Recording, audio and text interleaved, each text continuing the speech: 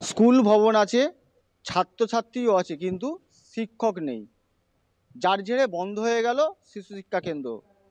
ঘটনা কেন্দ্র হুগলি জেলার হরিপাল ব্লকের কৃষ্ণপুর বেলেপাস শিশু শিক্ষা কেন্দ্রের ঘটনা।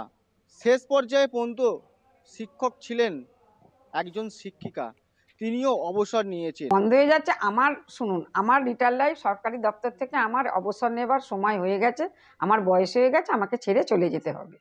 পরবর্তী ভবিষ্যতের জন্য যদি পাড়ার লোকাল বিডিও এটা ব্যবস্থা কিছু করতে পারেন তাহলে ছেলেদের ভবিষ্যৎ আছে। এবং তাই নয়, এটাই হচ্ছে কি যে ছেলেরা আসবে এটা নয়, ছেলেদের বইপত্র, পোশাক, মিড ডে মিল এগুলো অবশ্যই তাদের। কোনো জায়গায় তো স্কুল নেই, আর একটা তৈরি জিনিস যদি বন্ধ হয়ে যায় তো বাজে জিনিসই হচ্ছে।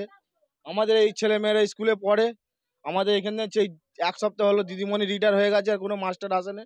এই ঠান্ডায় বাচ্চারা দূরে যেতে চাইছে না কো, তাই জন্য আমরা চাইছি যে স্কুলে দিদিমণি কি মাস্টার এখানে দেওয়া হোক। কিন্তু আমরা গরিব লোক, আমরা মাঠে খেটে খাই, আমাদের অত দূরে নিয়ে যাওয়া অসম্ভব, নিয়ে যেতে পারছি না আমরা। দেখুন, যে স্কুলটি বন্ধ হয়েছে তো সেটা বলা যাবে না, সেখানে বর্তমানে যিনি শিক্ষিকা ছিলেন তিনি রিটায়ার করেছেন।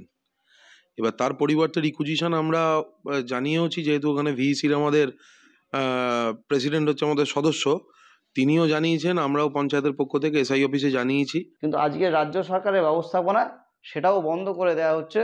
কিন্তু ওই শিশু শিক্ষা কেন্দ্রের ইতিহাস হচ্ছে, বামপন্থী নেতা ছিলেন তৎকালীন সময়, তার জায়গা কিনে জমি দান করে এই শিশু শিক্ষা কেন্দ্রে বামপন্থীরা শুরু করেছিল।